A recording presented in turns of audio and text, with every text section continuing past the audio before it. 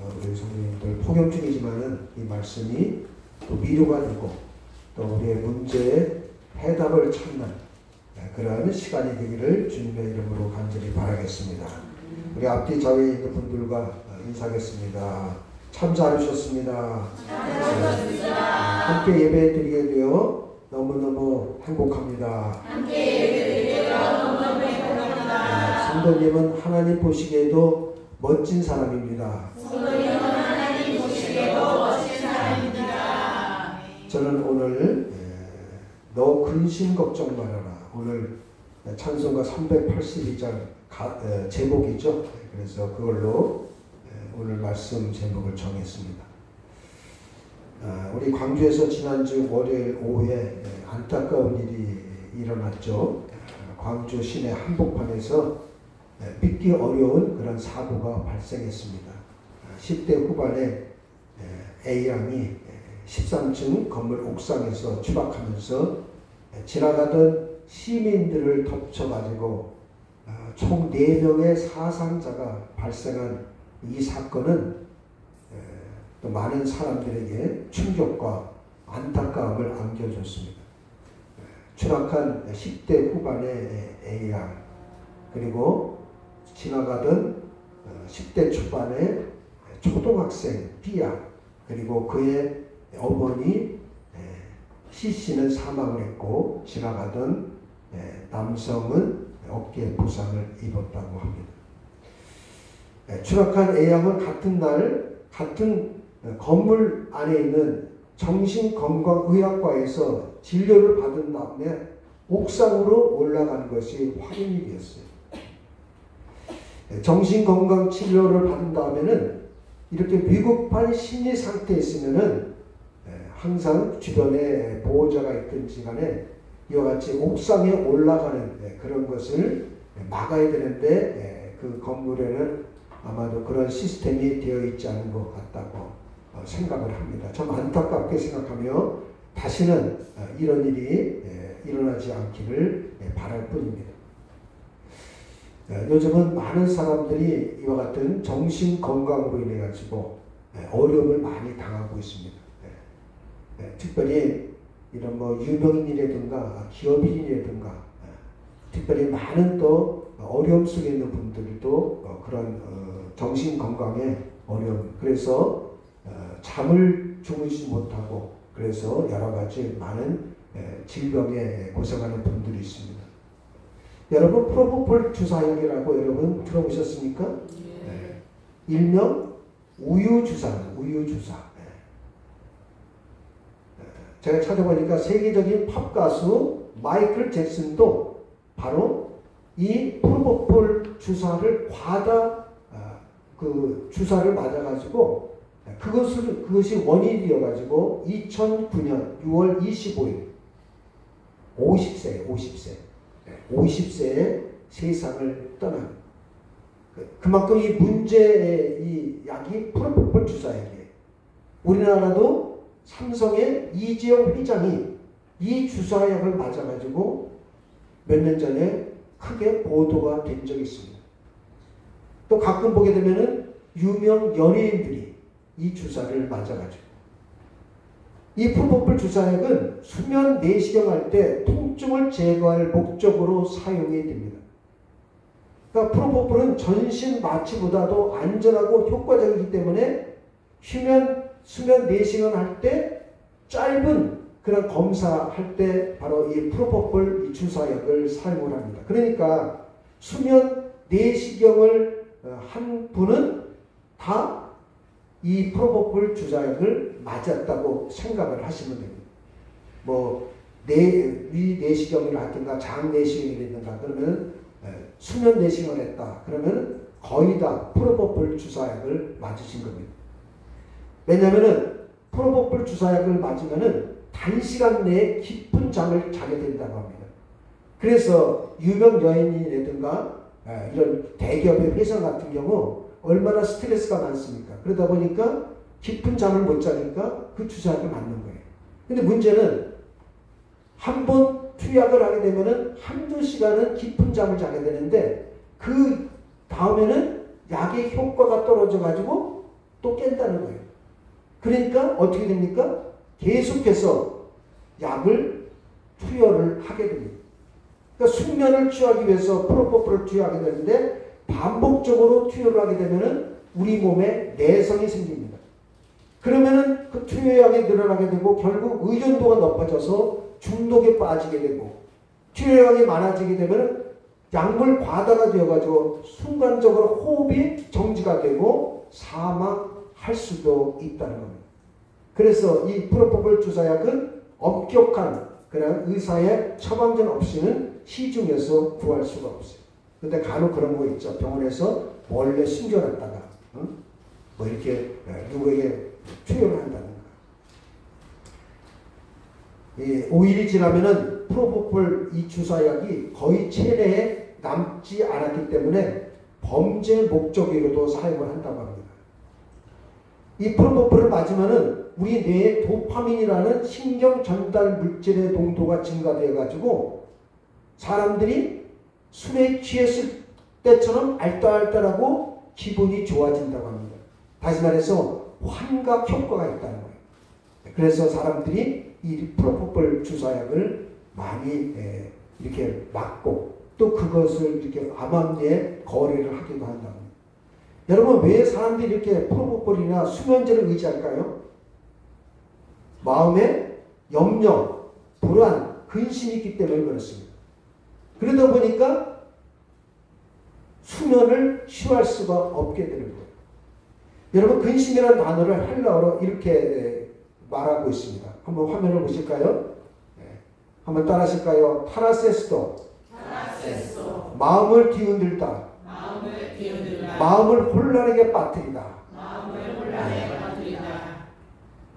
그러니까 이 근심이라는 것이 우리의 삶의 질을 현격하게 떨어뜨리는 아주 못된 겁니다. 아주 잘못된 거예요. 그러니까 이 근심이라는 것은 우리의 삶에 전혀 도움이 되지 않는 겁니다. 그래서 성경이 이렇게 말씀하고 있습니다. 잠언 15장 13절 읽겠습니다. 마음의 즐거움은 얼굴을 빛나게 해도 마음의 근심은 심령을 상하게 합니다. 잠언 17장 22절 시작. 마음의 즐거움은 양약이라도 심령의 근심은 뼈를 마르게 합니다. 마음의 근심은 심령을 상하게 하고 심령의 근심은 뼈를 마르게 합니다. 요한복음 13장을 보면은 예수님께서 십자가 고난이 다가온 줄 아시고 저녁을 잡수시던 그 자리에서 일어나가지고 겉옷을 벗고 수건을 허리에 두르시고 대야에 물을 떠가지고 제자들의 발을 씻겨 주셨습니다. 그리고 제자 중에 한 사람이 나를 팔 것이다. 그렇게 말씀하셨어요. 그런 다음에 내가 가는 곳에 지금은 너희가 따라올 수 없지만은 나중에 따라오리라. 이렇게 요한복음 13장 30절에 말씀하셨어요. 그러니까 베드로가 바로 주여 내가 지금은 어찌 따라갈 수 없습니까? 나는 주님을 위해서 목숨까지도 버리겠습니다. 그래서 예수께서 내가 다 울기 전에 나를 몇 번 부인한다고요? 3번 부인하리라. 이 말을 들으니까 제자들이 근심이 되었습니다. 그래서 그 근심하는 제자들을 보시고 예수님께서 말씀하신 거예요. 자, 14장 1절 보겠습니다. 시작. 너희는 마음에 근심하지 말라. 하나님을 믿으니 또 나를 믿으라. 너희는 마음에 근심하지 말라. 하나님을 믿으니 나를 믿으라. 3년 동안 따라다녔는데 그 예수님께서 이제 십자가에서 죽으시겠다고 말씀하고 있습니다. 보호자처럼 늘 우리를 위해서 기도해 주시고 그리고 우리에게 큰 도움이 되셨던 그분이 이제 돌아가시게 된다니까 이 제자들에게는 얼마나 큰 충격이었는지 모릅니다. 저는 오늘 이 말씀이 주님의 음성이 우리 모두에게 하신 말씀이라고 믿습니다. 그래서 오늘은 우리가 근심하지 말아야 할 이유를 한번 찾아보고 함께 은혜를 나누도록 하겠습니다. 한번 따라하실까요? 하나님을 믿고 예수님을 믿으면 근심하지 말아야 합니다. 자, 14장 1절을 다시 한번 우리 한번 읽도록 하겠습니다. 시작. 너희는 마음에 근심하지 말라. 하나님을 믿으니 또 나를 믿으라. 자, 우리가 근심하지 말아야 하는 첫 번째 이유는 간단합니다. 바로 우리가 하나님을 믿고 예수님을 믿기 때문에 우리가 근심하지 말아야 된다는 겁니다. 왜 하나님을 믿고 예수님을 믿으면 근심할 필요가 없습니까? 자, 예수님을 믿으면은 그 사람은 하나님의 자녀가 되기 때문에 그렇습니다. 그래서 요한복음 1장 12절에 이렇게 말씀하고 있습니다. 우리 한번 요한복음 1장 12절을 같이 읽겠습니다. 시작. 영접하는 자 곧 하나님의 자녀가 되는 권세를 주셨으니. 자, 예수님을 믿는 사람은 하나님의 자녀가 되는 권세를 주셨어요. 또 하나님과 예수님은 하나입니다. 그래서 요한복음 10장 30절에 이렇게 말씀하고 있습니다. 자, 시작. 나와 아버지는 하나이니라. 오늘 말씀 14장 10절에서도 그렇게 말씀하고 있죠. 요한복음 14장 10절을 보세요. 내가 아버지 아래 거하고 아버지는 내 안에 계신 것을 내가 믿지 아니하느냐. 그러니까 예수님과 하나님은 하나라는 거예요. 성부 하나님과 성자 예수님, 성령 하나님은 하나예요. 그래서 우리가 삼위일체라고 하는 겁니다. 그래, 예수님과 하나님은 하나이기 때문에 예수님을 영접한 사람은 하나님의 자녀가 되는 거예요. 한번 따라하실까요? 예수님과 하나님은 하나이기 때문에 예수님을 영접한 사람은 하나님의 자녀가 되는 것입니다. 그래서 요한복음 1장 12절 영접하는 자 곧 그 이름을 믿는 자들에게는 하나님의 자녀가 되는 권세를 주신 거예요. 왜? 예수님과 하나님이 하나이기 때문에 그렇습니다. 그리고 예수님의 모든 문제의 열쇠이기 때문에 예수님을 믿으면 모든 문제는 자연히 해결되는 거예요. 문제는 우리가 예수님의 능력을 믿느냐 이거예요. 우리가 정말로 예수님의 능력을 확신한다면 우리 인생에 일어나는 모든 문제는 결코 문제가 되는 것이 아니라는 겁니다. 기독교 신문에 난 기사 그 간증입니다. 인도에서 선교하시는 어느 선교사님 그 사모님이 폐암 사형 선고를 받았습니다. 인도의 영혼들을 위해서 그렇게 열심히 선교 사명을 했는데 폐암을 선고를 받은 거예요. 그날 이후 두렵고 불안해서 잠을 이루지 못했습니다. 내가 죽으면은 내 남편은 어떻게 되고 어린 이 자녀들은 과연 어떻게 될 것인가. 죽는 것도 두렵지만은 남겨진 자식들과 그리고 남겨진 남편이 너무너무 가슴이 아팠어요. 근심과 걱정이 생겼습니다. 하나님을 원망하고 불평했어요. 그러면 그럴수록 잠이 오지 않고 식사도 제대로 하지를 못했습니다. 이렇게 우울한 하루를 보내고 있던 어느 날 우연히 방 청소를 하면서 방바닥에 널브러져 있던 전도지 한 장을 발견을 했습니다. 이 전도지는 선교사님 부부가 인도 영혼들을 구원하기 위해서 전도할 때 사용했던 전도지였어요.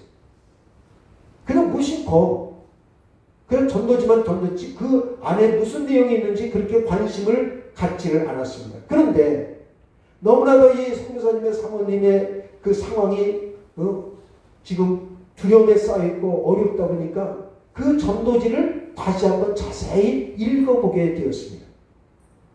거기에는 이런 성경 구절이 있었습니다. 자, 우리 시편 55편 22절을 같이 읽겠습니다. 너희의 짐을 주님께 맡겨라. 주님이 너희를 붙들어 주실 것이니 주님은 의로운 사람이 망하도록 영영 그대로 버려두지 않으실 것이다. 너희 짐을 주님께 맡겨라. 주님이 너희를 붙들어 주실 것이니 주님은 의로운 사람이 망하도록 영영 그대로 내버려 두지 않을 것이다. 또 이런 성경 구절도 있었습니다. 잠언 3장 6절 시작. 내가 하는 모든 일에서 주님을 인정하여라. 그러면 주님께서 내가 가는 길을 곱게 하실 것이다. 평상시는 그냥 눈으로만 읽었던 성경 구절이었는데 너무나도 마음이 절박하다 보니까 이 말씀이 본인에게 큰 충격으로 다가왔습니다. 영혼에 깊은 울림을 주는 그런 하나님의 말씀이었습니다. 지식으로만 알고 있었던 그 말씀이 그날따라 자신의 심령에 깊이 울려 퍼지는 생명의 말씀으로 느껴지게 되었습니다. 그리고 그날 이후에 이 말씀을 붙들고 하나님께 기도했습니다. 하나님, 내 질병을 하나님께 맡깁니다. 내 가정도 맡깁니다. 내가 죽어도 내 남편과 내 자식을 하나님께서 책임져 주실 줄로 믿습니다. 이 말씀을 붙들고 하나님께 온전히 의지했습니다. 그런 다음에 모든 것을 하나님께 맡기고 마음이 편해지기 시작했습니다.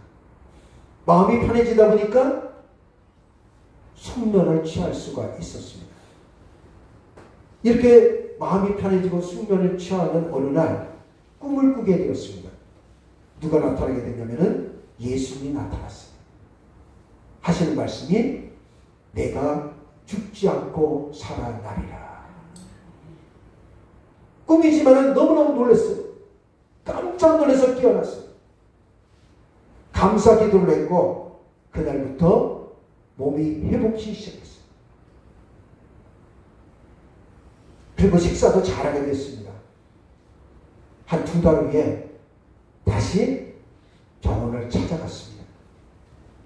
이제는 폐암 말기로서 이제 죽을 날만 기다려야 되는 그런 환자였는데 2달 후에 찾아보니까 얼굴이 환해지게 됩니다. 검사를 해보니까 암세포가 싹 사라지고 기적이 일어났습니다. 더 놀라운 일은 이 의사가 도무지 믿을 수가 없다는 거예요. 그래서 그 사모님이 상황을 쭉 얘기했어요. 불신자였던 이 의사가 하나님이 살아계시다는 것을 알고 즉시로 주님을 영접하고 예수를 믿게 되었다는 놀라운 간증이에요. 저는 이 사모님이 그 의사를 전도하기 위해서 병을 주셨다고 생각해요. 중요한 것은 뭡니까? 하나님의 능력을 믿느냐 믿지 않느냐 이게 중요한 거예요. 평상시처럼 거기 써있는 성경 구절이 나와 아무 상관이 없는 말씀이다라고 생각한다면 그 사모님은 생존하지 못했을 겁니다. 이것이 나에게 주신 말씀입니다.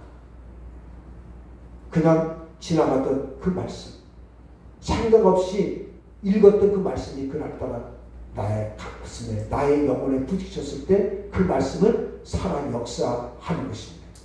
치료하신 하나님, 문제를 해결하신 하나님, 여러분 그 하나님을 분명히 믿으시기를 간절히 바라겠습니다.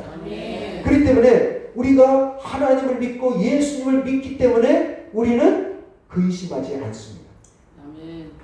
두 번째, 따라하실까요? 기도할 수 있으니 근심하지 않습니다. 자, 13절 14절 읽겠습니다. 시작. 너희가 내 이름으로 무엇을 구하든지 내가 행하리니 이는 아버지로 하여금 아들로 말미암아 영광을 받으시게 하려 합니다. 내 이름으로 무엇이든지 내게 구하면 내가 하리라. 여러분, 우리가 근심될 만한 여러 가지 문제를 만나도 근심할 필요가 없는 것은 하나님이 우리의 기도를 들으시고 도와주시기 때문입니다. 기도는 내가 하고 응답은 하나님이 하시는 겁니다. 한번 따라하실까요? 기도는 내가 하고 응답은 하나님이 하십니다. 간혹 보게 되면 그렇게 합니다. 기도도 내가 하고 응답도 내가 하려고 해요. 무슨 뜻인지 아시겠습니까? 응답도 내가 그것을 해야 돼요. 근데 성경은 그렇게 말씀하고 있지 않습니다. 기도는 내가 하지만 응답은 하나님 하십니다. 이것도 제가 극동방송에 처음 운전하다가 들었던 그 간증인데요. 그 어느 집사님이 이제 그 간증하는 그런 내용입니다. 남편이 술을 너무 많이 좋아해가지고 늘 걱정했어요. 어떻게든 이 집사님도 이제 예수를 믿은 지 얼마 안 돼가지고 그 믿음의 가정, 신앙의 가정을 읽으려고 하는데 남편이 이 술을 너무 좋아하다 보니까 이 술 문제가 큰 걱정거리였습니다. 몸도 문제가 되지만은 이 술 때문에 가정에 늘 부부싸움이 일어나게 돼요. 늘 걱정이었습니다. 그래서 이제 이 집사님이 목사님을 찾아가서 상담을 했습니다. 목사님, 남편이 술을 끊고 변화되기 위해 내가 할 수 있는 것을 다 해봤는데 남편이 하나도 변화되지 않고 오히려 더 지금 심해지고 있습니다. 그래서 이렇게 목사님이 대답했습니다. 집사님, 혹시 남편을 위해서 새벽기도 해보셨습니까? 안 해봤습니다. 집사님, 남편이 변화되기 위해서 안 해본 것이 없다고 했는데 만일 기도를 하지 않았다면 집사님은 아무것도 안 합니다. 그동안 인간적인 모든 방법은 오히려 상황을 더 악화시킬 뿐이지 시간을 낭비할 뿐이지 인간의 방법은 헛수고일 뿐입니다. 기도는 최후의 방법이 아니라 최선의 방법입니다. 이 말을 듣고 충격을 받은 거예요. 어떻게든 남편 비위를 마치고 뭐 하게 되면 하면은 남편이 변화될 줄 알았는데 안 변한다. 그런 다음에 모르겠습니다. 그 다음에는 이제 그런 이제 답을 준 거예요. 그 목사님이 그 전화를 한 그 집사님에게. 모르겠습니다. 그 다음에 이제 어떻게 이제 전화 응답을 받았는지 전화를 하실지 모르겠는데 저는 공감합니다. 기도는 최후의 방법이 아니라 최선의 방법이에요. 한번 따라하실까요? 기도는 최후의 방법이 아니라 최선의 방법입니다. 그러니까 우리가 문제를 만나면은요, 근심될 일이 만나면 무조건 엎드려야 돼요. 이것도 해보고 저것도 해보고 안 되니까 하나님 어떻게 합니까가 아니라 하나님 이 문제 있습니다. 하나님 어떻게 하면 좋겠습니까? 하나님께 맡기라는 거예요. 최선의 방법이고 최초의 방법이에요.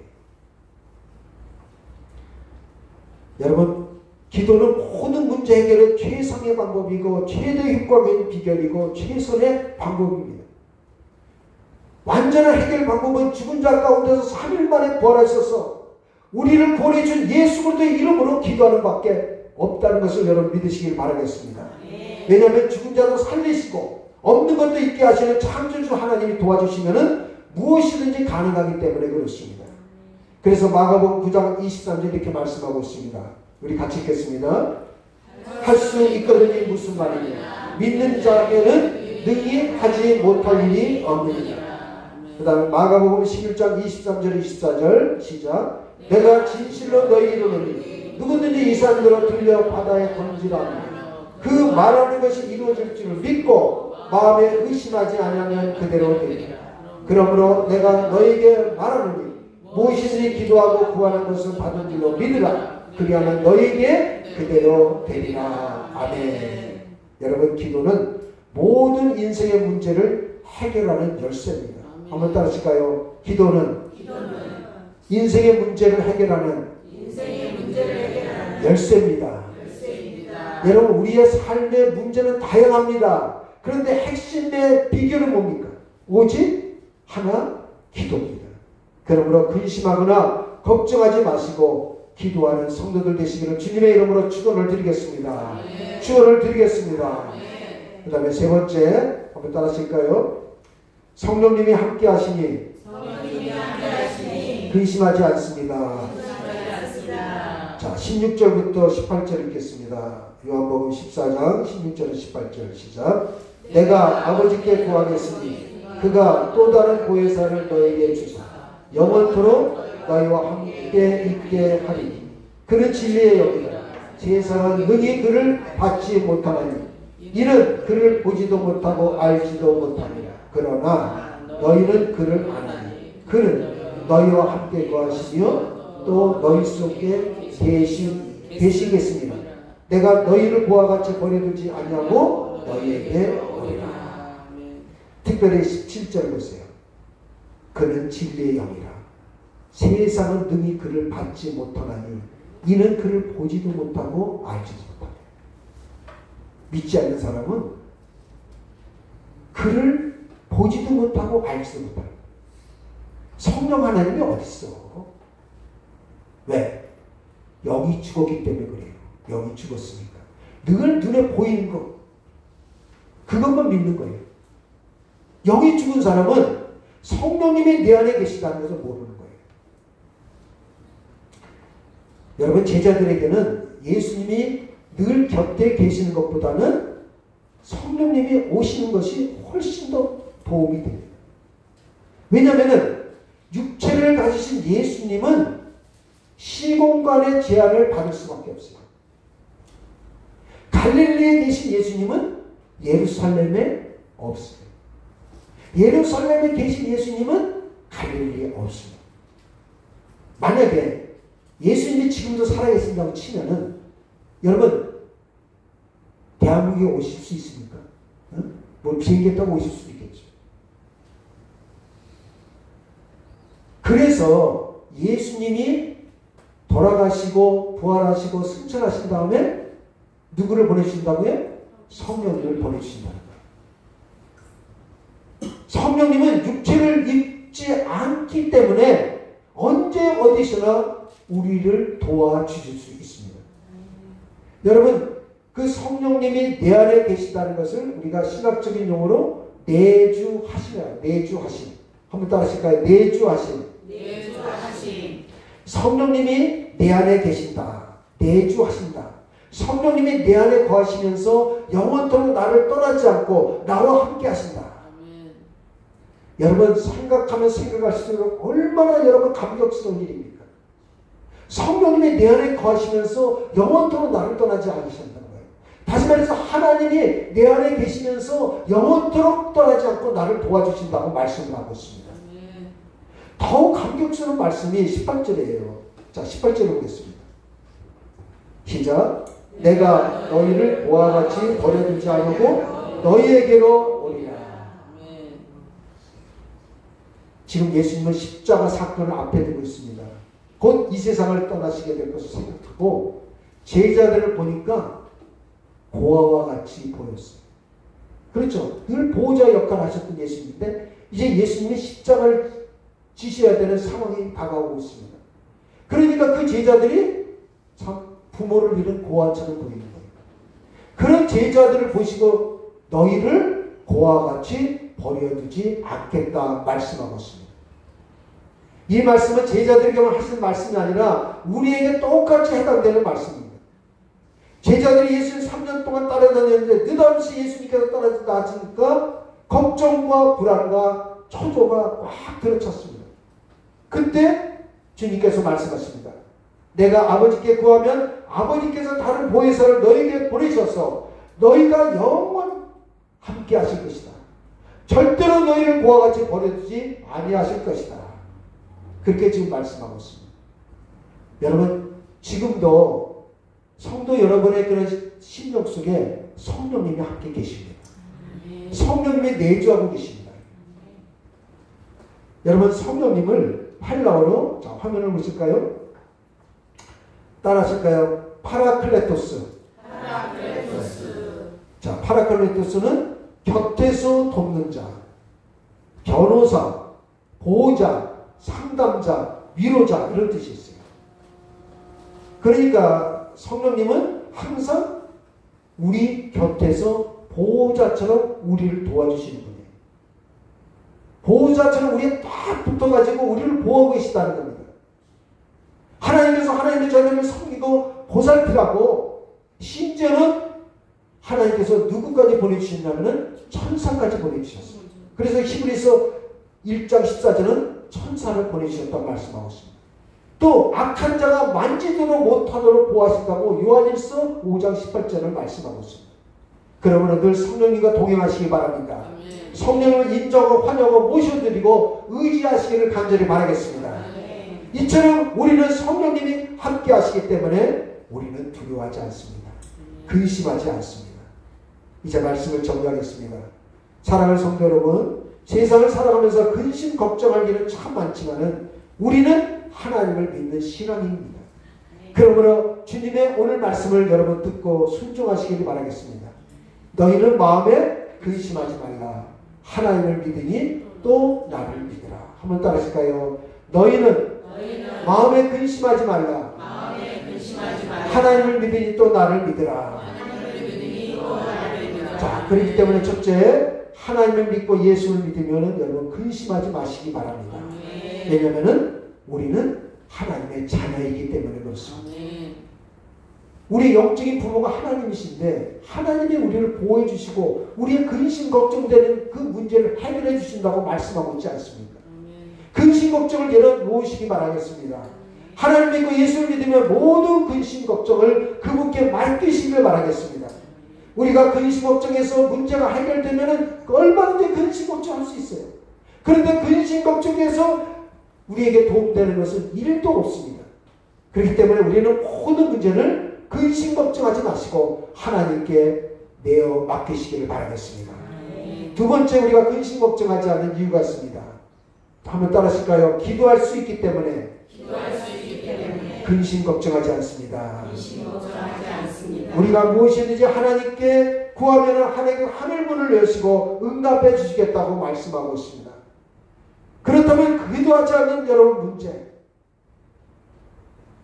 이것이 문제지 여러분 또 다른 문제가 뭐가 있겠습니까?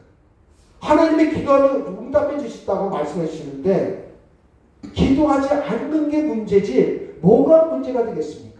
그러므로 근심 걱정을 주님 앞에 다 내려놓고 기도하시기를 간절히 바라겠습니다. 세 번째, 성령님과 동행하시기 바랍니다. 성령 충만한 삶을 사시기를 바라겠습니다. 성령님과 동행하면은 우리 속에 있는 근심 걱정, 염려, 불안, 초조, 두려움 등의 모든 것이 성령님이 다 내보내고 우리 안에 평안과 우리에게 기쁨과 행복을 주시게 될 줄로 믿습니다. 그 성령님을 늘 동행하면서 성령님을 내 안에 모시면서 살아가는 우리 모두가 다 되시기를 주님의 이름으로 간절히 바라겠습니다. 한 번 더 따라하시기 바라겠습니다. 너희는 마음에 근심하지 말라. 하나님을 믿으니 또 나를 믿으라. 기도하겠습니다. 하나님 감사합니다. 세상에는 근심 걱정할 일들이